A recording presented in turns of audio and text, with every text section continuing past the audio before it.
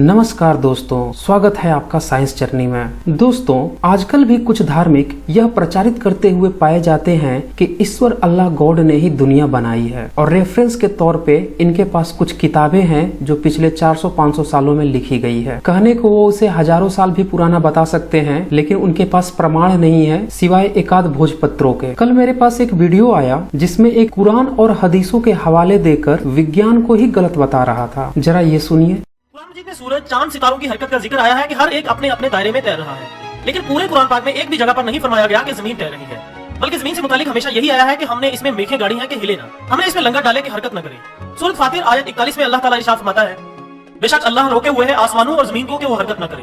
बहुत हजरात, हो सकता है कि आप कहें कि मैंने तर्जुमा गलत किया है, या कहें कि इस आयत का मफहूम मैं गलत बयान कर रहा हूं कि यहाँ ज़ल्ज़ले की बात हो रही है। तो इस आयत की तफसीर से आपको वाज़ेह हो जाएगा कि इससे मुराद जमीन की हरकत ही है।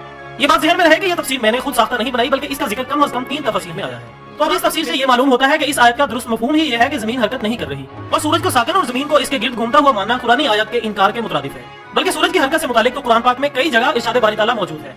जैसे कुरान पाक की सूरत यासीन की आयत नंबर 38, 39 और 40 देख ले, और सूरज चलता है अपने ठहराव के लिए। आज बच्चा बच्चा जानता है कि पृथ्वी सूर्य के चारों तरफ परिक्रमा कर रही है तथा अपने एक्सिस पर भी घूम रही है, और सूर्य का ग्रेविटेशन भी उसे हेल्प करता है अपने ऑर्बिट में बनाए रखने में। यह सिद्धांत हर जगह काम करता है, धरती पे भी और सौर मंडल में भी। अगर पृथ्वी अपने ऑर्बिट पे स्थिर हो जाए तो वह 90 डिग्री के एंगल पे अपने ऑर्बिट से बाहर निकलकर हमेशा के लिए अनबैलेंस्ड होकर यूनिवर्स में खो जाएगी। लेकिन इस एंकर को इस 4th और 5th क्लास के साइंस की भी नॉलेज नहीं है। हो सकता है कि इसे नॉलेज हो, लेकिन इसे तो धर्म के अफीम का नशा कराना है अपने लोगों को, इसलिए यह इस तरह की एंकरिंग करते जा रहा है। और तो और इसने कुरान और हदीसों के हवाले से ये चीज बताई है। अब कुरान और हदीस में पृथ्वी स्थिर है और सूर्य ही इसका चक्कर लगा रहा है, तो यह पूरी तरह से अवैज्ञानिक बात है। यानी कि यह एंकर खुद ही यह साबित कर रहा है कि कुरान और हदीस इंसानी किताबें हैं और जो 6ठी शताब्दी से लेकर 15वीं शताब्दी के बीच में लिखी गई है, और जिसका ज्ञान एक 4th से 5वीं क्लास के बच्चे के विज्ञान के ज्ञान से भी कम है। अब यहाँ पे कुछ धार्मिक ये भी कहना चाहेंगे कि नहीं नहीं, कुरान में कोई भी आयत विज्ञान विरुद्ध नहीं है। तो उनसे एक सीधा सा प्रश्न है कि वो आज से 50 साल 100 साल पहले के जो भाष्य हुए हैं कुरान के, उसे लेकर आए या उसका तजुर्मा पढ़ें और उसके बाद यह बताएं कि कुरान में कहां कहां विज्ञान दिया हुआ है। दरअसल कुछ दशकों से एक ट्रेंड चला है धर्म ग्रंथों से साइंस टपकाना। इसी में से एक नाम है जाकिर नाइक का। थोड़ा इसकी भी सुन लीजिए। इसने तो सीधे सीधे तो वो कहेगा ये कायनात वजूद में है, जिसे कहते बिग बैंग। अपनी सारी कायनात एक गोला था, फिर एक धमाका हुआ, फिर गैलेक्सी हुए, फिर स्टार्स हुए, चांद हुआ, सूरज हुआ, धरती हुई। मैं पूछूंगा कब पता चला? वो कहेगा कि मुझे 40 साल पहले पता हुआ। मैं कहूंगा ये तो मेरे कुरान मजीद में लिखा हुआ है 1400 साल पहले, सूरह अंबिया में, सूरह नंबर 21 आयत नंबर 30 में, अवलम यरल लज़ीना कफरू। क्या वो जो लोग झुटलाते नहीं जानते अन्ना समावाती वल अर्द, कि ये धरती और आसमान जुड़े हुए थे, कान अज़द के फटना हुआ और एक धमाका हुआ और वो अलहदा हुए। ये जो आप कह रहे हैं बिग बैंग, ये कुरान मजीद में 1400 साल पहले। इसने तो सीधे सीधे कुरान से बिग बैंग को टपका दिया। अल्लाह 7:54 में कहता है इस दुनिया को उसने 6 दिन में बना दिया। अब जरा सोचिए, बिग बैंग 6 दिन के अंदर ही हो गया। धमाका हुआ और अल्लाह ने आकाश और पृथ्वी से कहा कम टुगेदर विलिंगली और अनविलिंगली, और आकाश और पृथ्वी एक साथ आ जाते हैं उसकी बात सुनकर। ये है अल्लाह का साइंस। इस जोकर नाइट के साइंस को सुनकर एक पागल भी अपना माथा पीट ले। Centripetal force, centrifugal force, orbit, gravitational force, किसी की जरूरत ही नहीं। बस उसने बोला और पृथ्वी ने सुना और सारा साइंस छोड़कर आकाश के साथ चली गई। और यहाँ पे आकाश क्या है? उसमें तो पृथ्वी जैसे और उससे भी बड़े बड़े अरबों खरबों पिंड, सूर्य, तारे और इस तरह के न जाने कितने सौर मंडल होंगे, वो सारे पृथ्वी के पास आ गए। ये है अल्लाह का साइंस। तो जिसके पास भी थोड़ी सी भी अक्ल है वह इस बात को समझे कि कुरान में कोई भी साइंस नहीं है। और ये जो जाकिर नाइट मुस्लिम समुदाय को यह गुमराह करने की कोशिश कर रहा है कि कुरान में विज्ञान है, वो वास्तव में जो आने वाली जनरेशन है उनको विज्ञान से दूर करके धर्म का नशा कराना चाहता है। तो साइंटिफिक तौर से तो ये पूरी तरह से गलत है। और पृथ्वी और आकाश को इसने नाक कान लगा दिए थे क्या जो ये सुन रहे थे? ये तो सिर्फ एक उदाहरण था। अब ये आपको डिसीजन लेना है कि आप गुमराह होना चाहते हैं या सच्चाई स्वीकार करना चाहते हैं। कुरान या हदीस जो भी किताबें हैं ये 6ठी शताब्दी से लेकर 15वीं शताब्दी के बीच में कंपाइल की गई हैं। ये उस समय के लोगों की सोच थी, लेकिन कोई जबरदस्ती इसे आधुनिक विज्ञान जो कि 15वीं शताब्दी के बाद से शुरू हुआ है उससे जोड़कर लोगों को फिर से 6ठी शताब्दी में पहुंचाना चाहता है। तो ये सोची समझी साजिश है, लोगों को विज्ञान से दूर करके धर्म के नाम पर फिर से उन्हें अनपढ़ और अशिक्षित बनाने की। ऐसा नहीं है कि ये सिर्फ किसी एक मजहब या धर्म की बात है। आप वेद को ही उठा लीजिए, वेदों में कितना विज्ञान है, इसको अगर आपको जानना है तो एक बहुत ही अच्छी पुस्तक है डॉक्टर सुरेंद्र कुमार शर्मा अज्ञात जी की, क्या बालू की भीत पर खड़ा है हिंदू धर्म। उस पुस्तक को उठाइए और उसमें एक चैप्टर है वेदों में कितना विज्ञान, उसे आप पढ़ते चले जाएं। आप पूरी तरह से समझ जाएंगे कि कैसे इन्होंने भाष्यों को चेंज करके वेदों से विज्ञान निकालने के नाम पर लोगों को गुमराह किया है। इसी बुक में ऋग्वेद के मंडल 150 सूक्त मंत्र संख्या 1, इसमें सीधे सीधे लिखा है कि सूर्य प्रकाशमान है और सारे प्राणियों को जानता है। सूर्य के घोड़े उसे सारे संसार के दर्शन के लिए ऊपर ले जाते हैं। अब इस भाष्य को आप बदल सकते हैं। बदलने के लिए आपको जहाँ पे ये विश्वाय लिखा हुआ है तो इसमें अश्व आ रहा है, उस अश्व को आप बदल दीजिए और फिर कुछ और मतलब निकाल दीजिए, जैसा कि आमतौर पे आजकल किया जा रहा है। वेद की भी एक पुस्तक खोल के चेक कर लेते हैं कि उसमें ये दिया भी हुआ है या नहीं दिया हुआ है। अब ये गायत्री परिवार का ऋग्वेद है, इसमें मैंने प्रथम मंडल के 50 सूक्त का फर्स्ट मंत्र ओपन किया है। ये ज्योतिमयी रश्मियां संपूर्ण प्राणियों के ज्ञाता सूर्यदेव को एवं समस्त विश्व को दृष्टि प्रदान करने के लिए विशेष रूप से प्रकाशित होती है। देखिए इसमें अश्व को गायब कर दिया गया है, कोई बात नहीं है। अगर आपको सत्य पता लगाना हो तो आप इनके अगल बगल के मंत्र को भी देखिए, उससे आपको पता चल जाएगा क्या वेदों में सूर्य को घोड़े पर और रथ का जिक्र किया गया है या नहीं किया गया है। आप कितना भी भाष्य बदलो, कहीं न कहीं तो पकड़ में आ ही जाएगा। इसका अगला मंत्र पढ़ लीजिए सेकंड। सबको प्रकाश देने वाले सूर्यदेव के उदित होते ही रात्रि के साथ तारा मंडल वैसे ही छिप जाते हैं जैसे चोर छिप जाते हैं। अब देखिए ये छिपा छिपी का खेल हो रहा है, जबकि विज्ञान कहता है कि सूर्य कभी छिपता नहीं है बल्कि अर्थ का ही रोटेशन हो जाता है। अब इसी के 7वें मंत्र को देखिए, इसमें कह रहा है हे सूर्यदेव, आप दिन एवं रात में समय को विभाजित करते हुए अंतरिक्ष एवं भूलोक में भ्रमण करते हैं, जिससे सभी प्राणियों को लाभ प्राप्त होता है। वीडियो 28 में पृथ्वी को स्थिर बताया गया है वेदों में, और यहाँ पे क्या लिख रहा है कि सूर्यदेव अंतरिक्ष में एवं भूलोक में भ्रमण करते हैं, यानी कि सूर्य ही चक्कर लगा रहा है किसका, पृथ्वी का। इसका अगला मंत्र भी देख लीजिए, आप तेजस्वी जलाओं से युक्त दिव्यता को धारण करते हुए सप्तवर्णिक किरणों रूपी अश्वों के रथ में सुशोभित होते हैं। लिखा हुआ है अश्वों के रथ। अब आ गया ना यहाँ पे रथ और अश्व। अश्व मतलब घोड़ा होता है। अब घोड़ा को आप हटा भी दीजिएगा, रथ को कहाँ घूम कीजिएगा, तो पकड़ में आ ही गया। फिर इसी में 9वां मंत्र भी देख लीजिए, पवित्रता प्रदान करने वाले ज्ञान संपन्न उधर्वगामी सूर्यदेव अपने सप्तवर्णों अश्वों से सुशोभित रथ में शोभायमान होते हैं। अब देखिए अश्वों को यहाँ इनने किरण तो लिख दिया है, लेकिन रथ को क्या लिखेंगे। अब रथ पे किरण तो चलेगा नहीं, सूर्यदेव को बैठा कर यह दौड़ा रहे थे। सुरेंद्र कुमार शर्मा जी संस्कृत के बहुत बड़े विद्वान हैं, इन्होंने काफी रिसर्च करके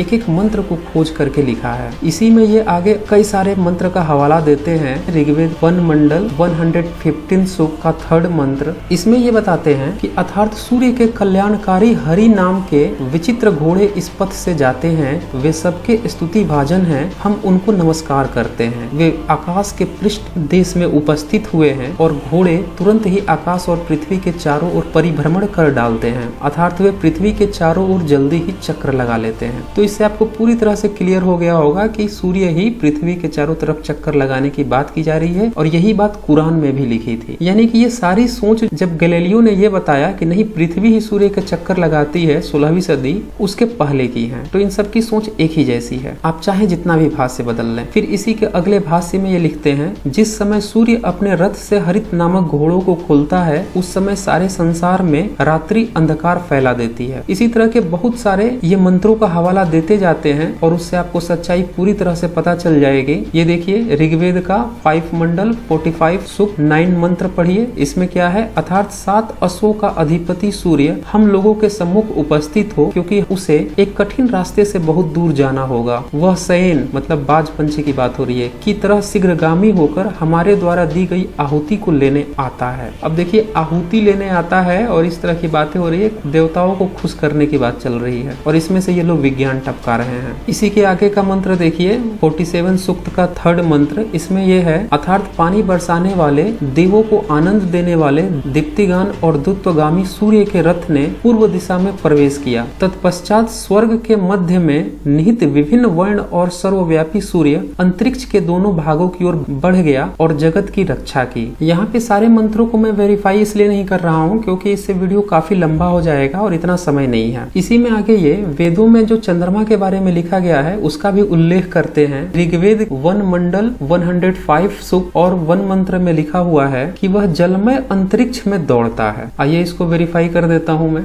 ये है 105वां सूक्त प्रथम मंडल का और ये वही मंत्र है। अब इस मंत्र में अपस्व का मतलब होता है जल। तो ये भाष्य को कितना भी चेंज कर ले लेकिन कुल मिलाकर यहाँ पे इनने क्या लिखा है कि अंतरिक्ष में चंद्रमा तथा भूलोक में सूर्य दौड़ रहे हैं। अब बताइए अंतरिक्ष में चंद्रमा दौड़ रहा है। भाई धरती से तो दिखता था कि यहाँ चंद्रमा जहाँ जहाँ हम चलते हैं वैसे वैसे वो भी चलते दिखाई देता था, सूर्य भी दिखाई देता था। अब दोनों को दौड़ा दिए क्लियरली इस वेद में। अब कुछ लोगों का ये यहाँ पे कहना होगा कि नहीं ये मैक्स मूलर की किताब है, मिलावटी किताब है। उनको मैं क्लियरली बता दूं कि ये मैक्स मूलर का भाष्य नहीं है, शर्मा आचार्य जी का भाष्य है और ये बिल्कुल भी मिलावटी नहीं है। और ये मिलावटी कैसे हो सकता है? अगर मिलावटी होता तो ये थोड़े ही अवेलेबल होता किताब चारों तरफ, अब तक तो ये बैंड हो चुका होता। फिर इसी में ऋग्वेद के 8वें मंडल 48 सूक्त और 13 मंत्र में शर्मा जी बताते हैं, इस मंत्र का भाष्य बदलकर कुछ लोग ये बताते हैं कि इसमें चंद्रलोक पृथ्वी के चारों ओर घूमता है और कभी कभी वह सूर्य और पृथ्वी के बीच में आ जाता है। जो वेद से विज्ञान निकाल रहे हैं उन लोगों का ये कहना है, लेकिन उसका ये बहुत अच्छे से एक्सप्लेनेशन देते हैं। शर्मा जी यहाँ पे क्लियरली लिखते हैं, इस मंत्र का सही अर्थ जानने के लिए जरूरी है कि इसके आगे पीछे के मंत्रों के प्रतिपाद्य विषयों का पता किया जाए। इस सूक्त के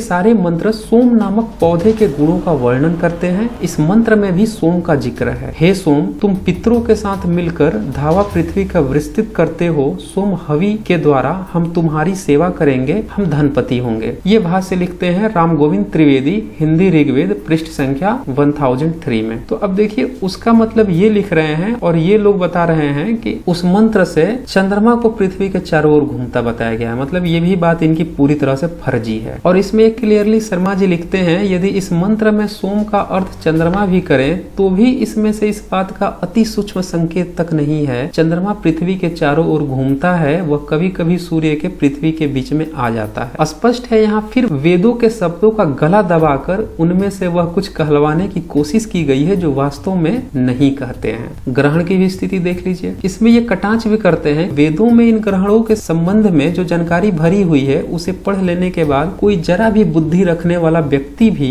वेदों में विज्ञान ढूंढने की बात नहीं करेगा। और इसके लिए ये मंत्र भी हवाला देते हैं कि ऋग्वेद का 5वें अनुमंडल का 40 सूक्त 5th मंत्र आप पढ़ें। और इसका भाष्य ये बताते हैं, अर्थात हे सूर्य, जब तुम्हें सर्वभानु नामक असुर ने अंधकार से आच्छन्न किया था तब सारा संसार ऐसे दिखने लगा था जैसे मार्ग को न जाने वाला पथिक घबरा जाता है। यानी कि यहाँ पे इस बात की चर्चा हो रही है कि ये जो असुर है सर्वभानु, ये इसको खा गया है या कुछ भी कर दिया है जिसके कारण अंधकार हो गया है। मतलब ग्रहण की बात चल रही। आइए इसको वेरीफाई कर लेते हैं। अब ये देखिए इसमें ये वही मंत्र है और इसमें भी यही लिखा हुआ है, हे सूर्यदेव, जब आपको सर्वभानु मतलब राहु ने तमिश्ना से आच्छादित कर दिया था तब जैसे मनुष्य अंधकार में अपने क्षेत्र को न जाकर भ्रमित हो जाता है वैसे ही सभी लोग तमिश्ना में सम्मोहित हो गए। थोड़ा अगल बगल का भी मंत्र देख लेते हैं। अब इस 9वें मंत्र को देख लीजिए। ये क्या कह रहा है, जिन सूर्यदेव को सर्वभानु ने तमिश्ना से आच्छादित किया था अत्रि वंशजों ने उनको मुक्त किया, अन्य कोई ऐसा करने में समर्थ नहीं हुए। अब देखिए यहाँ से कई सारे प्रश्न खड़े होते हैं। पहला तो प्रश्न यही खड़ा होता है कि एक तो ग्रहण की बात चल रही है और सर्वभानु जो राहु लिखा गया था यानी कि जो असुर की बात चल रही थी, वो असुर सूर्य को कैसे नुकसान पहुंचा सकता है? इसमें कौन सा विज्ञान आ रहा है? असुर को जैसा कि ये बता रहे हैं, पृथ्वी के अगल बगल कौन सा होगा जो सूर्य को खा जाएगा या उसको नुकसान पहुंचा देगा? और उससे मुक्ति कौन दिला रहा है? तो अत्रि वंशजों ने, मतलब अत्रि जो ऋषि है उसका पुत्र मान लीजिए या उसके वंशज को मान लीजिए। यानी कि यह वेद की जो ऋग्वेद की किताब है यह अत्रि ऋषि या उसके वंशजों के बाद की लिखी हुई है। अगर अत्रि कोई ऋषि होंगे तो, ऐसे तो इतिहास में इनका नाम तक नहीं है। तो कुल मिला के यह पता चलता है कि ग्रहण के बारे में भी वेद में कोई विज्ञान नहीं है, बिल्कुल ही अवैज्ञानिक बात कर रहा है। इसी तरह से शर्मा जी अपनी किताब में अथर्ववेद का भी उदाहरण देते हैं 19:9-10 और बताते हैं कि इसमें भी चंद्र को ग्रहण लगाने वाले राहु असुर बताया गया है। यानी कि कुल मिला के यह पूरी तरह से से स्पष्ट है कि वेदों में कोई विज्ञान नहीं है और पूरी तरह से प्राइमरी स्कूल के बच्चे से भी गए गुजरे हैं, ये चाहे जितना भाष्य बदल लें। अच्छा, ये भाष्य बदलते कैसे हैं, आइए उसको भी मैं आपको दिखाता हूँ। जैसे अग्नि को कहीं पे लिख देंगे प्रसिद्ध सूर्य रूप अग्नि, तो कहीं पे योगी जन बता देंगे, तो कहीं पे विद्वान बता देंगे, कहीं पे बिजली कह देंगे, विद्वान सभापति कह देंगे, मरुत को वायु, वैश्वानर को सब मनुष्यों का हितकारी। इसी तरह से पूषा को छोटा दिमाग, इंद्र को बड़ा दिमाग, विष्णु को रीढ़ के अंदर की सुषुम्ना, इंद्र को ज्ञान तंतुओं का एक समूह, कहीं पे सूर्य को मुख्य प्रेरक ज्ञान तंतु, तो कहीं पे अनुभव कराने वाला मुख्य ज्ञान तंतु। और इस तरह से आप वेद में विज्ञान निकालते रहिए। वरुण को हाइड्रोजन कह दे, अप्सरा को बिजली, वशिष्ठ को पानी, मित्र को ऑक्सीजन, उर्वशी को बिजली, ये आपने नारद का भी नाम सुना होगा, इसको बादल कह दे। एरावत जिसको हाथी बोलते हैं उसे बादल कह दे। गंधर्व को भी बादल, निगेटिव चार्ज को छत्र, अग्नि को पॉजिटिव चार्ज, मित्र को पॉजिटिव चार्ज। तो इस तरह से ये लोग वेद से विज्ञान टपकाते हैं। जो भी शब्द हैं उन शब्दों को आज का जो विज्ञान है और उसमें जो शब्द प्रयोग हो रहे हैं उन्हीं शब्दों की कॉपी करना है, यानी कि चोरी करना है और लेके छपा देना है, और फिर क्या कहना है कि वेद से विज्ञान निकल रहा है। अब पुराने जो भाष्य हैं वो तो कलंक हो गए, उसे पढ़ के कोई भी बोल देगा कि नहीं तुम्हारे वेद में विज्ञान नहीं है, तो क्या कहना है कि अंग्रेज आए थे, मुगल आए थे, उनने मिलावट कर दी। तो ये कुल मिलाकर कहानी है। इन्हें अपनी बात रखने के लिए जो पुरानी किताबें हैं उनको मिलावटी किताब बता देना, ताकि ये जो नया नया ये चेंज कर रहे हैं इसको लोग एक्सेप्ट कर सके और कहें कि हाँ ये ओरिजिनल वाला है। तो इस तरह से वेद और कुरान से विज्ञान निकाला जा रहा है। ऐसा नहीं है कि ईसाई वाले दूध के धुले हैं, वो भी यही करते हैं। उनकी भी आप बाइबल उठा लीजिए तो उसमें भी सोलर सिस्टम के बारे में वही गलतफहमियां हैं जो कि वेद और कुरान में है। तभी जब 16वीं शताब्दी में गैलीलियो ने पहली बार ये बताया कि धरती सूर्य के चारों तरफ चक्कर लगाती है, तो सारे पोपों को और धर्म गुरुओं को दर्द हो गया। उन्होंने उन पर केस चला दिया, नजरबंद कर दिया और तरह तरह की यातनाएं देने लगे। अब जरा सोच, इनकी किताबों में अगर विज्ञान होता, सच्चाई होती, तो गैलीलियो को ये नुकसान पहुंचाते? कभी नहीं पहुंचाते, लेकिन इनने पहुंचाया। तो कुल मिला किसी भी धर्म ग्रंथ में कोई विज्ञान नहीं है, बस आप भाष्य बदल के झूठ मूठ का पब्लिक को गुमराह करते रहो, लोगों को बेवकूफ बनाते रहो और अपना धंधा पानी चलाते रहो। यही इनकी रिवायत है। आप लोग समझदार हैं, बातों को समझ गए होंगे। तो आज बस इतना ही, और इस वीडियो को ज्यादा से ज्यादा शेयर कीजिए ताकि सभी लोग इस सच्चाई से अवगत हो सके। धन्यवाद।